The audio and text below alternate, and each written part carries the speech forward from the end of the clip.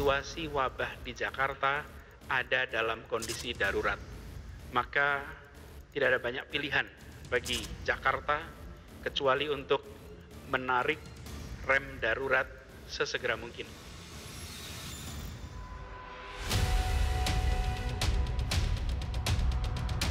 Pakai Jakarta atau rem itu apa? Rem mendadak. Rem mendadak enggak, sama slow aja. Pergubnya Pak Gubernur Banten kan kita ngacunya ke Pergub Banten, nggak mungkin ke DKI. Masing-masing daerah berbeda. Kalau kita ngikut nanti kita copy paste. Saya menyarankan ke Gubernur Jakarta agar mengkonsultasikan lebih mendalam ke pemerintah pusat karena setiap kebijakan di Jakarta tentu berhubungan dengan dampak di level nasional.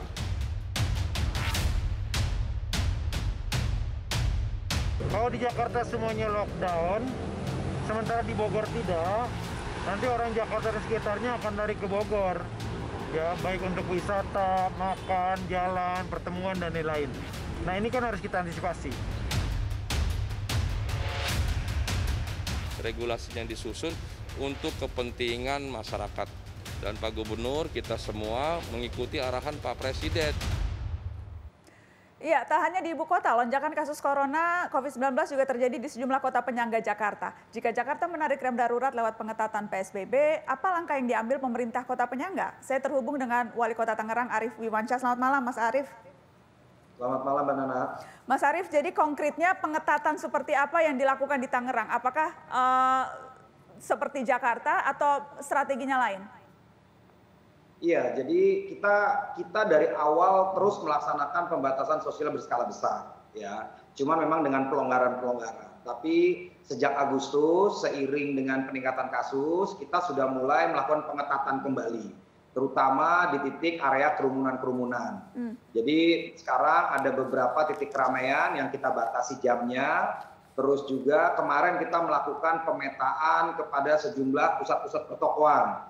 Sejauh mana keramaiannya kita scaling sehingga yang ramai kita batasin.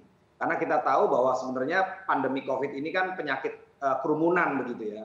Terus juga sekarang ini kaitan kegiatan masyarakat seperti hajatan dan lain sebagainya, ini akan kita kurangin begitu. Oh, tapi masih boleh Mas Arief? Masih boleh hajatan? Enggak, Mbak. Jadi kalau mulai sekarang kita larang, kita batasin mereka silahkan melakukan akad nikah di KUA atau di tempat-tempat yang memang jumlahnya terbatas hanya 10 orang atau 15 orang begitu. Oke, kalau Dan di dalam PSBB itu kita juga melaksanakan PSBL, pembatasan sosial berskala lingkungan. Oke, bagaimana dengan perkantoran, Mas Arief?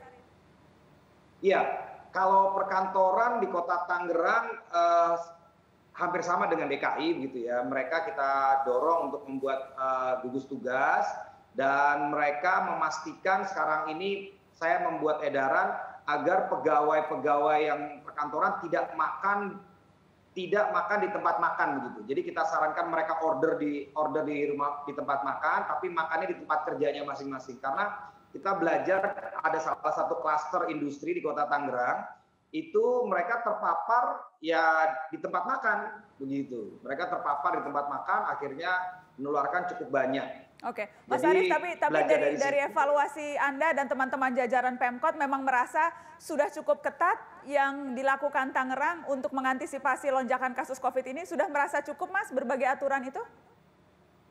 Rasanya kita terus berupaya seoptimal mungkin, Mbak. Jadi teman-teman pegawai tiap seminggu 2 kali melakukan operasi aman bersama, terus sosialisasi wawaran sekarang di tingkat RT RW.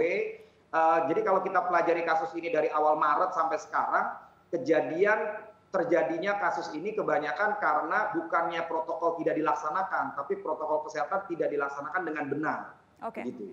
Contoh beberapa tempat cuci tangan hanya asal aja pakai sabun seadanya. Terus ada pabrik yang packaging mereka ganti APD, tapi ganti APD yang harusnya satu ruangan hanya diisi 10, dia isi 30 karena dia bilang, Pak, sebelumnya 50 orang ganti baju berbarengan. Begitu. Saya bilang ya maksimal hanya bisa 10.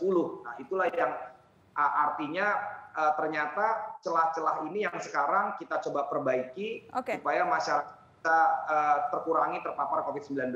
Saya ingin ke Pak Pandu. Pak Pandu, bagaimana seharusnya menurut Anda kebijakan yang diambil oleh kota-kota penyangga? Karena kan sebetulnya ini satu epicentrum nih, Jakarta, Jabodetabek. Pak Pandu. Ya, jadi Jabodetabek itu satu kesatuan wilayah yang tidak terpisahkan. Karena masyarakat yang beraktivitas di Jakarta atau beraktivitas di Bekasi, Bogor, dan Tangerang itu orangnya itu bisa saja sama gitu. Jadi orang Bogor beraktivitas di Jakarta, mungkin orang Jakarta juga beraktivitas di Bogor atau di Tangerang.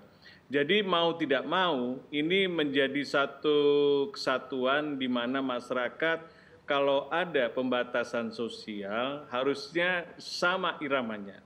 Karena kalau tidak itu akan tektok. Mungkin kita bisa turunkan di Jakarta, tapi kemudian di Bekasinya misalnya contoh saja masih tinggi gitu kan, itu akan pindah-pindah saja. Jadi dan sepertinya tidak pernah selesai. Itu, Pak Pandu, ini menurut saya dan kenyataannya harusnya, seperti ini sekarang karena beda-beda itu? Iya, kelihatannya kan tidak harmonis kan. Masih ada masalah yang perlu disinergikan. Karena kalau tidak, kita lihat nih, sekarang di Bekasi saja sudah juga cukup penuh. Bogor rumah sakit juga penuh. Jadi tidak mungkin hanya Jakarta saja yang rumah sakitnya penuh. Jadi sekitar Depok saja sudah penuh. Seperti teman sejawat saya dari UI yang kena COVID, yang harus dirawat di ICU, penuh rumah sakit UI dan sebagainya. Harus pindah ke Jakarta. Jadi demikian sebenarnya ini masalah bersama yang harus kalau ada pembatasan sosial di Jakarta itu harusnya juga serempak, tapi bukan pembatasan sosialnya yang disinergikan. Responnya harus sama. Jadi responnya itu harus terkoordinasi. Saya tidak tahu siapa yang bisa mengkoordinasi, tapi dengan kerendahan hati, mohon para pimpinan kepala daerah Bogor, Jabodetabek, walaupun gubernurnya beda, ya kan, supaya bisalah bersinergi untuk supaya bisa menekan penularan secara bersama-sama. Baik, kita harus break. Terima kasih Pak Wali Kota Tangerang sudah bergabung di Mata Najwa. Kami akan kembali sesaat lagi.